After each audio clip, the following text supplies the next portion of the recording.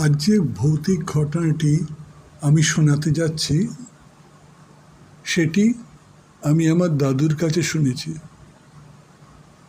যদিও উনি খুব জোর দিয়ে বলতেন যে ঘটনাটি একদম সত্যি, কিন্তু আমরা মাঝে মাঝে ইয়ার্কির ছলে বলতাম যে উনি আমাদের ভয় দেখানোর জন্য গল্পটি বানিয়ে বলছেন।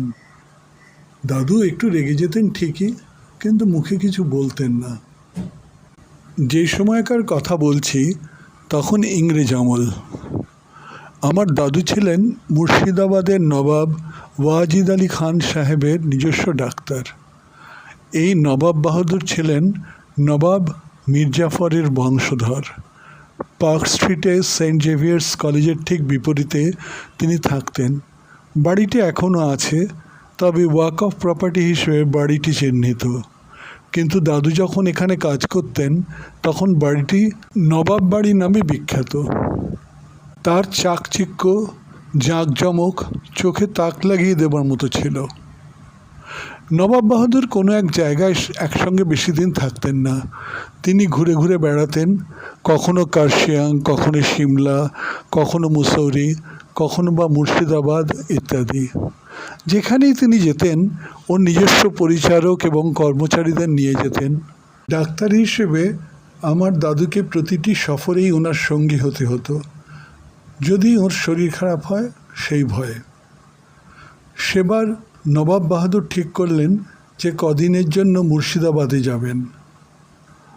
মুর্শিদাবাদের হাজারদুয়ারি তখন নবাব বাহাদুরের অধীনে, কাজেই মুর্শিদাবাদে গেলে তিনি সেখানেই উঠবেন।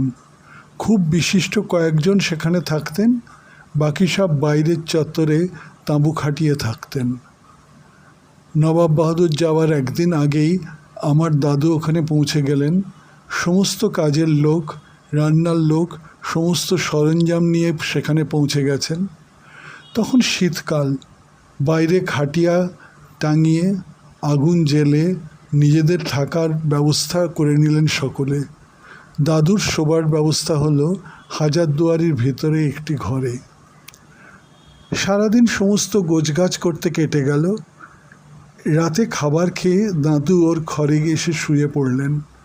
নতুন জায়গা, তাই একটা লণ্ঠন জ্বালা রইল। দূর থেকে কর্মচারীদের গান এবং গলার আওয়াজ শোনা যাচ্ছে। খুব ঠান্ডা। একটা লেপ মুড়ি দিয়ে সেই সব গান শুনতে শুনতে দাদু কখন ঘুমিয়ে পড়েছেন খেয়াল নেই। হঠাৎ ঘুম ভাঙল। মনে হলো ঘরে কেউ রয়েছে। চোর নাকি? মাথার কাছে রাখা লণ্ঠনের শিখাটি একটু বাড়িয়ে দিয়ে দেখলেন ঘরে কেউ নেই। উনি মনে করলেন যে হয়তো ভুল করেছেন। আবার শুয়ে ঘুমানোর চেষ্টা করতে লাগলেন। বাইরে সব চুপচাপ, নবাবের কর্মচারীরা সব ঘুমিয়ে পড়েছেন। দাদুর ঘুম আসছিল না। যতবার উনি চোখ বন্ধ করছেন মনে হচ্ছে কেউ তাকে দেখছে। উনি আবার চোখ খোলেন, কেউ কোথায় নেই তো। আবার চোখ বন্ধ করলেন এবং আবার সেই একই অনুভূতি। উনি চোখ খুলে দেখলেন বিছানার কাছে একজন মহিলা দাঁড়িয়ে আছেন। তার মুখ ভালোভাবে দেখা যাচ্ছে না, কিন্তু এই অল্প আলোতেই দেখা যাচ্ছে ওর চোখ দুটি, মনে হচ্ছে যেন জ্বলছে। দাদু অবাক হয়ে তাড়াতাড়ি উঠে বসলেন। নবাব বাড়ির কোনো স্ত্রীলোক নাকি? কিন্তু উঠে বসতেই দেখলেন কেউ নেই। স্বপ্ন দেখছিলেন নাকি? কিন্তু উনি তো পরিষ্কার এখানে দাঁড়িয়েছিলেন। দাদু খুব অবাক হয়ে মনে মনে ভাবলেন নিশ্চয়ই মনের ভুল, অথবা স্বপ্ন দেখছিলেন। আবার শুয়ে পড়লেন। চোখ বন্ধ করার সঙ্গে সঙ্গে আবার সেই একই অনুভূতি, ঘরে কেউ রয়েছেন। আবার উনি চোখ খুললেন। ওর কয়েক হাত দূরেই দাঁড়িয়ে সেই মহিলা। দাদু উঠে বসলেন। এবার কিন্তু উনি মিলিয়ে গেলেন না। দাদুর মনে হলো উনি স্থির দৃষ্টিতে দাদুকেই দেখছেন। সেই চাহনির মধ্যে যেন একরকম হিংসা রয়েছে। দাদু জিজ্ঞেস করলেন উনি কি চান, কিন্তু উনি কিছু উত্তর দিলেন না। সেই একইভাবে দাঁড়িয়ে রইলেন। দাদু মুখ ঘুরিয়ে অন্যদিকে তাকালেন। আশ্চর্য, মহিলা সেই দিকেই দাঁড়িয়ে। দাদু আবার অন্যদিকে দৃষ্টি ঘুরিয়ে নিলেন, কিন্তু যেদিকেই তাকান সেদিকেই মহিলা দাঁড়িয়ে রয়েছেন। এতক্ষণে দাদুর ভয় হতে শুরু করেছে। মনে হচ্ছে এর মধ্যে কোনো গোলমাল আছে।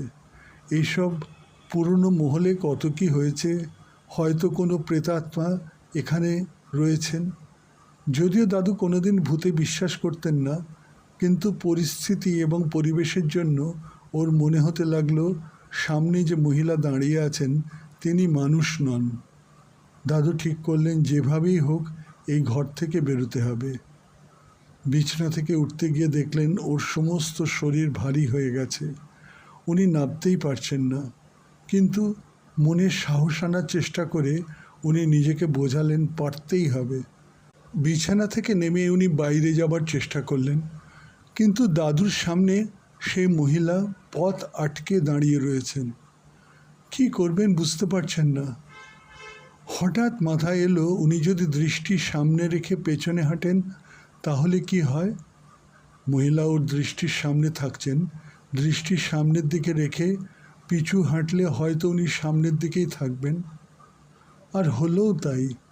এইভাবে পিছু হেঁটে ধীরে ধীরে উনি কোনো ক্রমে ঘরের বাইরে এলেন। ওই মহিলা কি করছেন আর দেখার চেষ্টাও করলেন না। ওই শীতের রাতেও দাদুর সমস্ত শরীর ঘামে ভিজে গিয়েছে। ঘর থেকে বেরিয়ে প্রায় দৌড়ে গেলেন বাইরের লনের দিকে, যেখানে সমস্ত কর্মচারীরা ঘুমোচ্ছেন। ওখানে গিয়ে একজনকে ডেকে তুললেন। সেই কর্মচারী দাদুর ওরকম মুখ চোখের অবস্থা দেখে খুব অবাক হয়ে জিজ্ঞেস করলেন কি হয়েছে। দাদু ভেবে নিলেন যে ওই মহিলার কথা বলবেন না, কারণ যদি ওরা বিশ্বাস না করেন তাহলে পিছনে হাসি ঠাট্টা করবেন। তাই উনি বললেন যে ওর শরীরটা খারাপ লাগছে এবং ঘরে খাবার জল নেই, যদি একটু জল নিয়ে আসে ভালো হয়, এবং রাতে যদি ওই ঘরে তিনি শোন তাহলে সুবিধা হয়, কারণ কোনো প্রয়োজন হলে তাকে ডাকতে পারবেন। লোকটি এক গ্লাস জল নিয়ে এবং নিজের শোবার সরঞ্জাম নিয়ে দাদুর সঙ্গে এলেন। যদিও দাদুর ওই ঘরে যেতে একটু ভয় করছিল, কিন্তু সঙ্গে আরেকজন থাকায় অনেকটা সাহস ফিরে এসেছিল। আর কোনো কিছু ঘটেনি সেই রাত্রে। পরের দিন দাদু ওর শোবার ঘর বদল করে নেন, আর কোনো অসুবিধা হয়নি।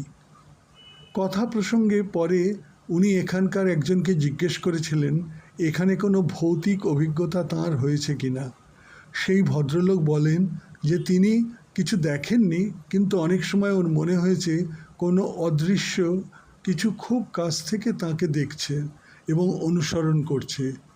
এসব জায়গায় এত রকম ঘটনা ঘটেছে যে এখানে প্রেতাত্মা থাকলে আশ্চর্য হবার কিছু নেই।